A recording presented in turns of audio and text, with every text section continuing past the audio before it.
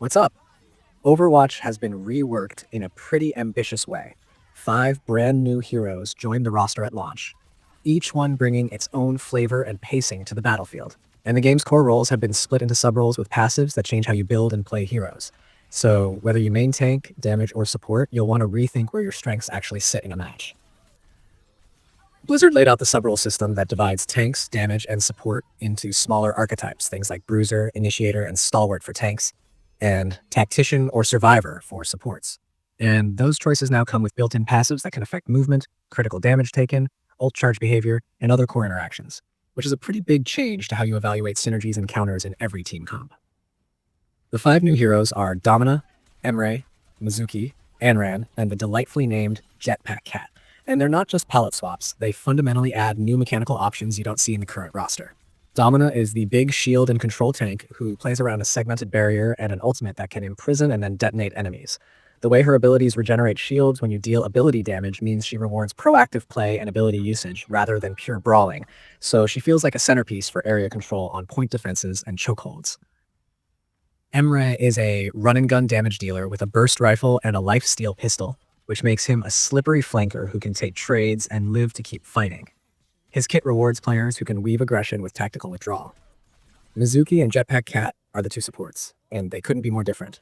Mizuki's design riffs on a mix of healing and zone control, with a spirit glaive and a healing gadget that bounces around, plus an ultimate that creates a sanctuary that blocks projectiles while healing allies, which is wild and very team-oriented.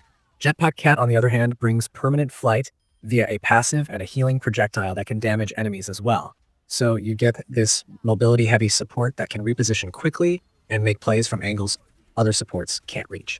When you look closely at the hero kits, it becomes clear that each one was built to reward decision-making under pressure rather than just raw aim or stats. Beyond the heroes, the update adds a Conquest meta event that runs for several weeks and puts factions against each other with weekly missions and cosmetic rewards tied to progress, which is a neat way to create a narrative arc and keep players coming back for specific goals rather than just matchmaking. The update also reshapes competitive play and Stadium. There's a reset to the competitive season with new themed rewards and titles, and Stadium pacing has been adjusted for faster power rounds and a new hero builder system that tries to recommend builds and starter packs. If you're someone who's ever felt overwhelmed by the sheer number of ways to spec a hero, that hero builder is going to be one of those systems that eases you in before you start customizing everything yourself. The UI has been refreshed across menus, the hero gallery, and social systems, and there's a new notification hub and praise feature so players can hand out quick VO-based kudos in matches. It's the kind of polish that makes the client feel less clunky and more cohesive. The update rolled out alongside the Season 1 launch, and Blizzard even released a gameplay trailer that teases how the 5 heroes interact in real match scenarios. So a lot of early impressions came from seeing those abilities collide in actual fights, rather than just reading descriptions. Community reactions and early previews have mostly landed on the same takeaway. The sub-role passives are the long-term change that will quietly reshape how matches play out, while the new heroes are the immediate shakeup that everyone feels right away. It's the kind of update where things might feel chaotic for a bit, but once players adjust, the overall structure starts to make more sense. On the balance side, there's a mix of hero-specific tuning and system-level adjustments, with cooldowns, damage values, and healing numbers being tweaked to fit the new framework.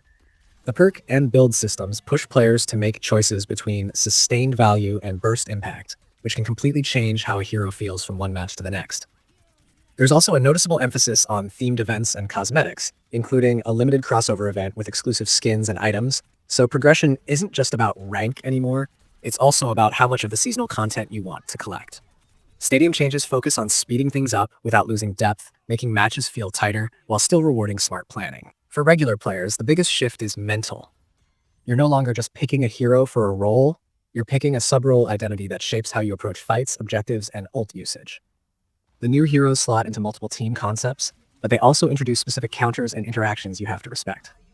Domina's control tools can shut down aggressive pushes, Jetpack Cat's constant flight forces teams to think vertically, and Mizuki's utility zones change how safe certain areas of the map really are. The Conquest event and UI updates might seem secondary, but they quietly improve how you track progress and jump into matches with less friction.